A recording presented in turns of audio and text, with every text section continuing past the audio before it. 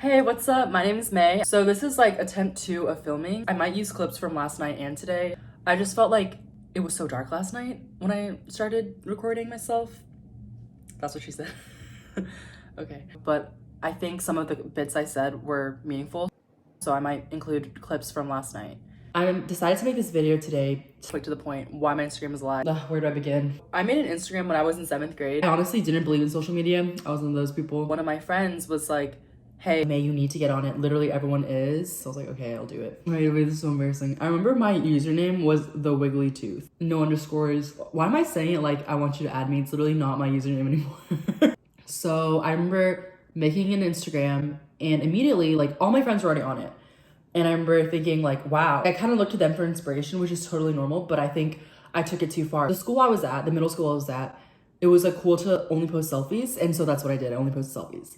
In 8th grade, so 1 year after I made my Instagram, I moved. The first thing I noticed when I started adding people was that they only had pictures with their friends. I was like, oh frick. So I remember like trying extra hard to get pictures with friends. Fast forward even more years now that I'm in college. It seems like, at least the college that I'm at, nothing wrong with this. Like it just seems like everyone's always posting pictures of them out, lit, having a good time.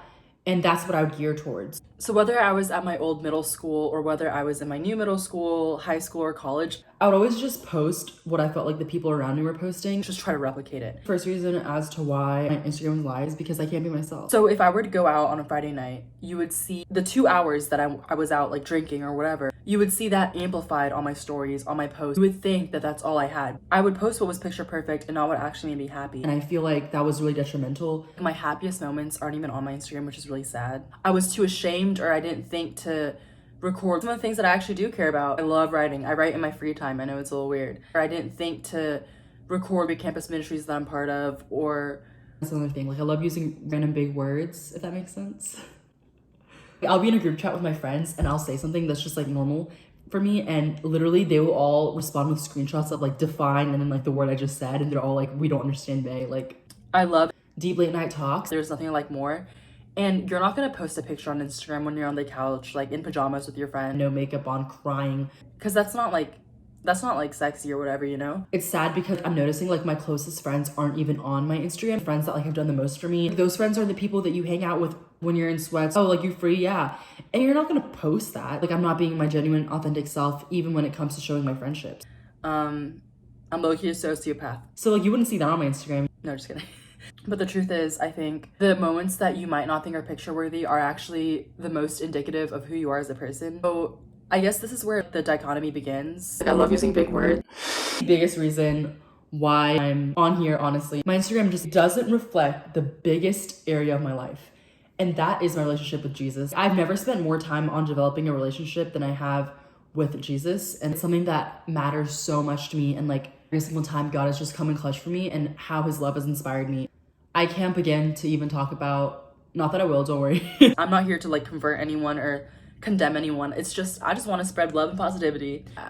I know for a fact that I would not be where I am today if it weren't for my relationship with Christ, but I was too scared, too much of a wimp to post about it.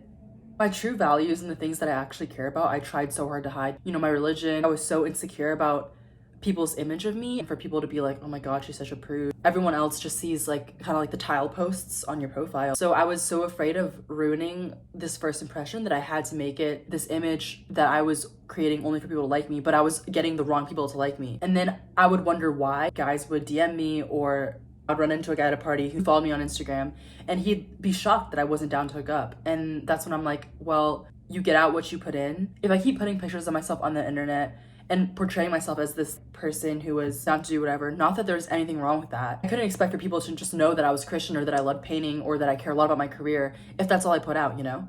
With all this being said, like, I don't think by any means I'm a good Christian, if that makes sense. I guess what I wanted to say was being Christian isn't like one or the other. It's like being an adult. Okay, yes, you're grown, but that doesn't mean that you're not gonna make mistakes. It doesn't mean you're not gonna lie or fall into the same bad habits as you did as a kid.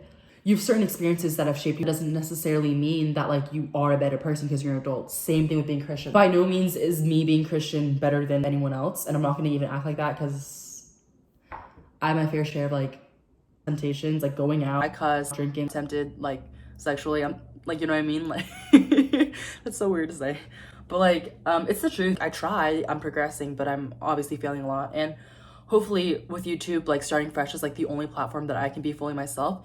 You can see as I track my progress, my failures. But I also wanted to give a disclaimer. There's literally nothing wrong with having fun drinking or sleeping around or doing whatever. I have so many friends like that and I support them. Like, you just do what you think is best. I'm not gonna lie. I have fun when I go out. I have fun getting lit, but it's a constant like, okay, is this what God would want for me? And I think a lot of people in some form or another fall into this trap where it's like they don't know what to do about their Instagram, so they just look around. But I want to let you know that this is your platform, your account. It's like what you want to put out, your outlet. It is that place for you to express yourself creatively, show off your friends, show off your hobbies. It's your time to shine and be confident and craft like a narrative for yourself. If you're really proud of your body, just post that. All the power to you. I wish I had a good body. And I guess the whole message of this, whatever you want to post, just make sure it's reflective of you. Easier said than done, I know. I just felt wrong for pretending to be someone else. So if you're still watching, there's still something a little juicy, and that's, oh my god, I can't believe I'm saying this on camera. This has been my biggest insecurity of all time. I actually used it to my advantage. It's the definition of putting your best self on camera. Okay, so I have scoliosis. And I know a lot of people do, but mine is intense. My spine curves to the right 40 degrees. Like, this is 0, I'm guessing. Wait, is it 180 or 0? Okay, so this is like a normal spine. My spine curves like, it's embarrassing, really embarrassing. I don't even think any of my close friends know this, but think about it this way. When your spine's like straight, your body goes straight. But when your spine curves to the right, your body in response curves to the right. That make your left side look beautiful. It goes in where your waist is and it comes out where your hip is. But the other side just looks really messed up. I don't actually have a great waist to hip ratio. When you scroll through my Instagram, you'll see that I only take photos from my left side. Raw pictures of me at the beach, just like walking, somewhat candid, not really candid. In these pictures where it's straight on, you'll see like this little curve that my body does. You don't really see that from the side. Exposing myself. My Instagram is a lie because I literally exhibit and amplify the parts of my body that I want to show. Thanks for watching. I hope to take you along like more of my life journey, to start over and to finally have one platform where I'm like unapologetically myself, put out something that is 100% authentic, true, and show you guys what God's been showing me. Bye.